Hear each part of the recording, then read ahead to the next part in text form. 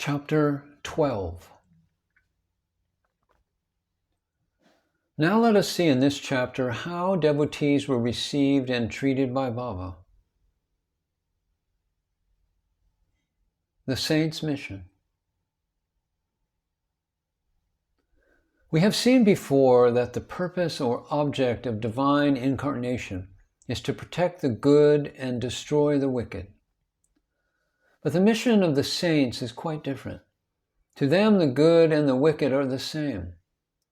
First, they feel for the evildoers and set them on the right path. They are like the Agasti to destroy the Bhava Sagar, the ocean of worldly existence, or like the sun in the darkness of ignorance. The Lord God dwells in the saints. In fact, they are not different from Him. Our Sai is one of these, who incarnated for the welfare of the devotees, supreme in knowledge and surrounded with divine luster. Baba loved all beings equally. He was unattached.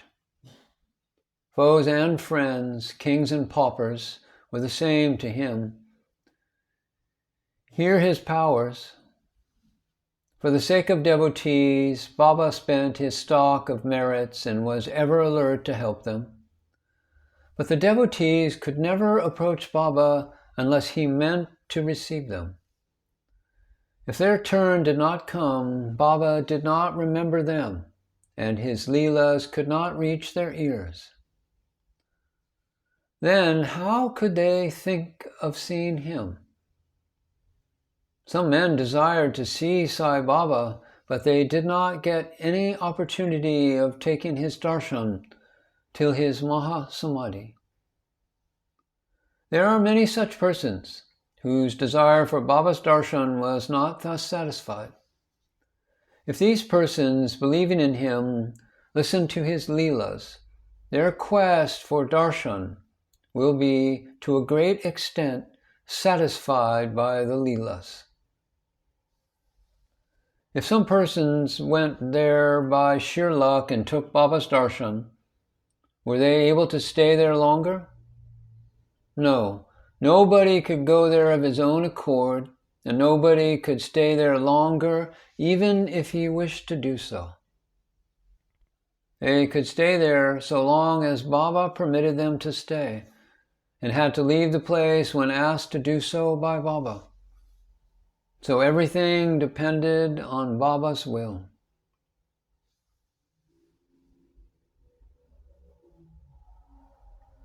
Kala Mahayani. Once Kala Mahayani went to Shirdi from Bombay. He wanted to stay there for 1 week and enjoy the Gokul Ashtami festival. As soon as he took Baba's darshan, Baba asked him, "When are you returning home?" He was rather surprised at this question, but he had to give an answer. He said that he would go home when Baba ordered him to do so. Then Baba said, "Go tomorrow." Baba's word was law and had to be obeyed. So Kala Mahayani therefore left Shirdi immediately. When he went to his office in Bombay, he found that his employer was anxiously waiting for him. His manager suddenly fell ill. Hence, his presence was absolutely necessary. He had sent a letter to him at Shirdi, which was redirected to him at Bombay. Basahib Dumal. Now listen to an opposite story. Once Basahib Dumal, a pleader, was going to Nipad for a case. On the way he came to Shirdi, took Baba's darshan and wanted to proceed to Nipad immediately. But Baba did not permit him to do so. He made him stay at Shirdi for a week or more. In the meanwhile, the magistrate at Nipad suffered intensely from pain in his abdomen, and the case was adjourned. Mr. Dumal was then allowed to go and attend to his case. It went on for some months and was tried by 4 magistrates. Ultimately, Mr. Dumal won the case and his client was acquitted. Mrs. NE Monar. Mr. Nana Sahib NE Monar and the honorary magistrate was staying at Shirdi with his wife. Mr. and Mrs. NE Monar were spending most of their time in the masjid with Baba and serving him.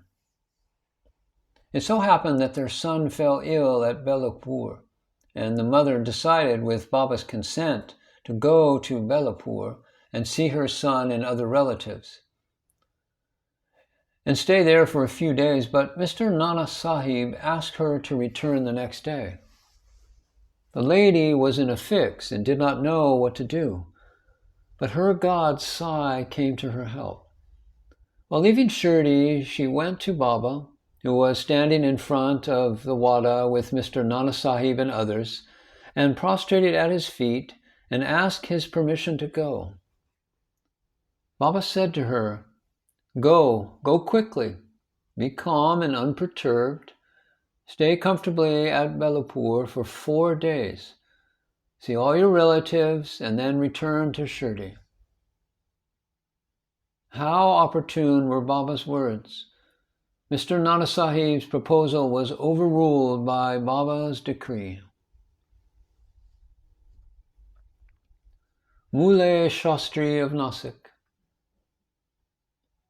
An orthodox Brahmin of Nasik by the name of Mulle Shastri, who had studied the 6 Shastras and was well versed in astrology and palmistry, once came to Shirdi to see Mr.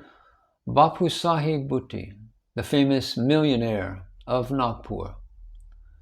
After seeing him, he and the others went to see Baba in the masjid. Baba bought various fruits and other things from vendors with his own money and distributed them to the persons present in the masjid. Baba used to press the mango on all sides so skillfully that when any person received it from Baba and sucked it, he got all the pulp at once in his mouth and could throw away the stone and the skin forthwith. Plantains were peeled off by Baba, and the kernel was distributed to the devotees, while the skins were retained by Baba for himself. Mulle Shastri, a palmist, wanted to examine Baba's hand or palm and requested him to extend the same. Baba ignored his request and gave 4 plantains to him. Then they all returned to the wada, and Mulle Shastri bathed, wore sacred clothes, and started his routine duties. Then Baba, as usual, started for Lendi and said, take some geru, a red miry substance to dye clothes in saffron color, and we shall today don saffron-colored cloth. None understood what Baba meant. Then after some time, when Baba returned and preparations for the noon arati being made, Bapu Sahib Jog asked Mulle Shastri whether he would accompany him for the arti. He replied that he would see Baba in the afternoon. Very soon Baba sat on his seat, was worshipped by the devotees, and arti commenced. Then Baba said, get some dakshina from the new Nasik Brahmin. Bhutti himself went to get dakshina, and when he gave Baba's message to Mulle Shastri, he was sorely perplexed. He thought in his mind, I am a pure Agnihotri Brahmin. Why should I pay dakshina? Baba may be a great saint. I am not his dependent. But as great saint like Baba was asking for dakshina through a millionaire like Bhutti, he could not refuse. So leaving his routine unfinished, he forthwith started with Bhutti to the masjid.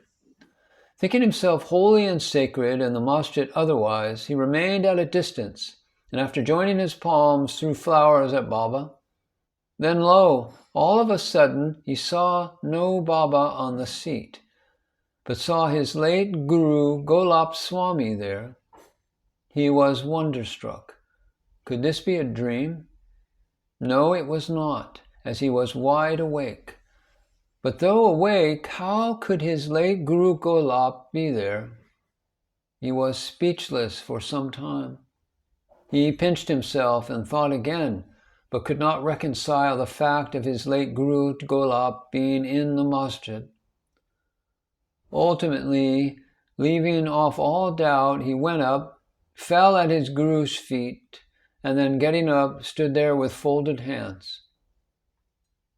Other people sang Baba's arti, whilst Mulle Shastri chanted loudly his Guru's name. Then, casting off all pride of caste and ideas about sacredness, he fell flat at his Guru's feet and closed his eyes. When he got up and opened his eyes, he saw Baba asking for dakshina. Seeing Baba's blissful form and his inconceivable power, Mulle Shastri forgot himself. He was extremely pleased. His eyes were full of tears of joy. He again saluted Baba and gave the dakshina. He said that his doubt was removed and that he saw his own Guru. On seeing this wonderful Leela of Baba, all the people, including Mulle Shastri, were much moved, and they realized the meaning of Baba's words. Bring Guru, we shall don saffron-colored garment. Such is the wonderful Leela of Baba. A doctor. Once a mamlatdar came to Shirdi with a doctor friend of his.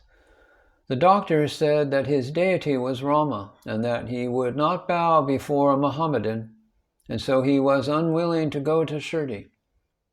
The mamlatdar replied that nobody would press him to make a bow, nor would ask him to do so.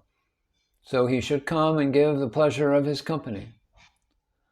Accordingly, they came to Shirdi and went to the masjid for Baba's darshan. All were wonderstruck to see the doctor going ahead and saluting Baba. They asked him how he forgot his resolve and bowed before a Mussalman. Then the doctor replied that he saw his beloved deity, Rama, on the seat, and he therefore prostrated himself before him. Then, as he was saying this, he saw Sai Baba there again. Being dismayed, he said, "Is this a dream? How could he be a Mohammedan? He is a great Yoga Samapanna, an avatar." Next day, he made a vow and began to fast. He absented himself from the masjid, resolving not to go there until Baba blessed him. 3 days passed, and on the 4th day, a close friend of his from Khandesh turned up, and with him he went to the masjid for Baba's darshan.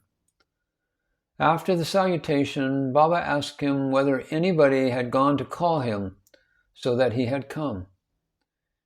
Hearing this vital question, the doctor was moved. The same night he was blessed by Baba, and he experienced the bliss supreme in his sleep. Then he left for his town, where they experienced the same state of a fortnight. Thus his devotion to Sai Baba increased manifold. The moral of all the stories mentioned, especially that of Mulle Shastri, is this, that we should have firm faith in our Guru and nowhere else. More Leelas of Sai Baba will be described in the next chapter. Vow to Sri Sai. Peace be to all.